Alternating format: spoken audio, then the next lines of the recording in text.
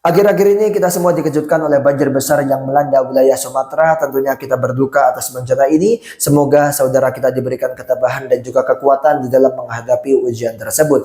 Data dari Republika menunjukkan pada tahun 2021 terdapat 704 konsesi tambang di Sumatera yang beresiko tinggi menyebabkan banjir dengan luas mencapai 1,49 juta hektar. Belum lagi 187 konsesi tambang lain yang berada di wilayah rawan longsor dengan luas hampir 887 ribu hektar. Mau tidak mau, data ini menjadi cermin bagi kita semua bahwa kerusakan alam yang terus terjadi bisa berkontribusi pada bencana yang hari ini kita rasakan. Disinilah kita perlu merenung bersama tentang tobat ekologis. Kita sadar bahwa setiap manusia pasti pernah salah. Yang membedakan adalah apakah kita mau memperbaiki diri atau terus mengulang kesalahan yang sama. Rasulullah SAW pernah bersabda, "Kullu bani Adam khata'un wa khairul khata'ina at-tawwabun." Semua manusia itu melakukan kesalahan dan sebaik-baiknya orang yang bersalah adalah orang yang bertaubat. Jadi, taubat adalah proses menyadari kesalahan, menyesal dengan tulus, dan bertekad untuk tidak mengulanginya. Yang kemudian itu mampu untuk membersihkan jiwa kita dan membuka jalan kembali menuju ridha Allah Subhanahu wa taala. Allah bahkan menegaskan bahwa Dia mencintai orang-orang yang bertaubat dan juga orang-orang yang menyucikan diri.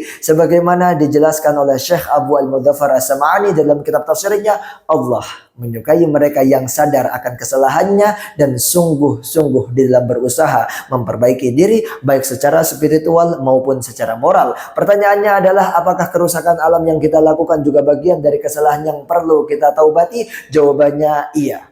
Inilah yang disebut dengan tobat ekologis. Maka fondasi utama tobat ekologis adalah mengubah cara kita memandang alam. Selama ini alam sering dilihat hanya sebagai objek eksploitasi, yaitu dengan hutan fokus untuk ditebang, laut untuk dieksploitasi, tanah untuk dikeruk. Padahal sejatinya alam, kalau kata Profesor Nasruddin Umar, adalah partner hidup kita. Maka tobat ekologis itu mengajarkan kita untuk menghargai nilai setiap ciptaan, membangun solidaritas ekologis, dan melihat alam sebagai bagian dari komunitas kehidupan. Fazlun Khalid dan juga Sayyid Hussein Nasr juga mengingatkan bahwa kerusakan alam modern lahir dari cara pandang antroposentris yang menekankan manusia merasa pusat segalanya. Akibatnya keseimbangan atau mizan itu rusak, efeknya hutan gundul, laut tercemar, spesies punah, bumi juga memanas. Selanjutnya, kesadaran saja itu tidak cukup. Tobat harus nyata dalam sebuah tindakan. Tobat ekologis bisa dimulai dari hal-hal simpel seperti mengurangi plastik sekali pakai, kemudian menggunakan kembali barang yang masih layak, kemudian memilih produk lokal dan ramah lingkungan,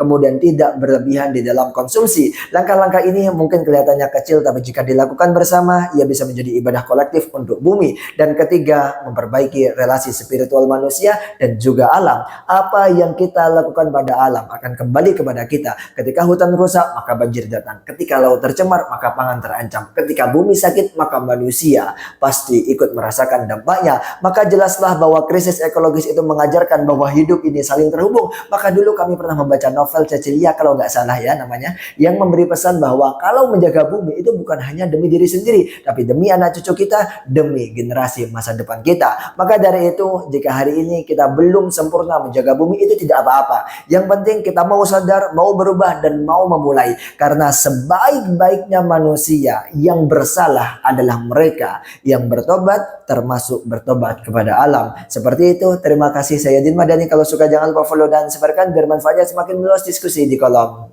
komentar.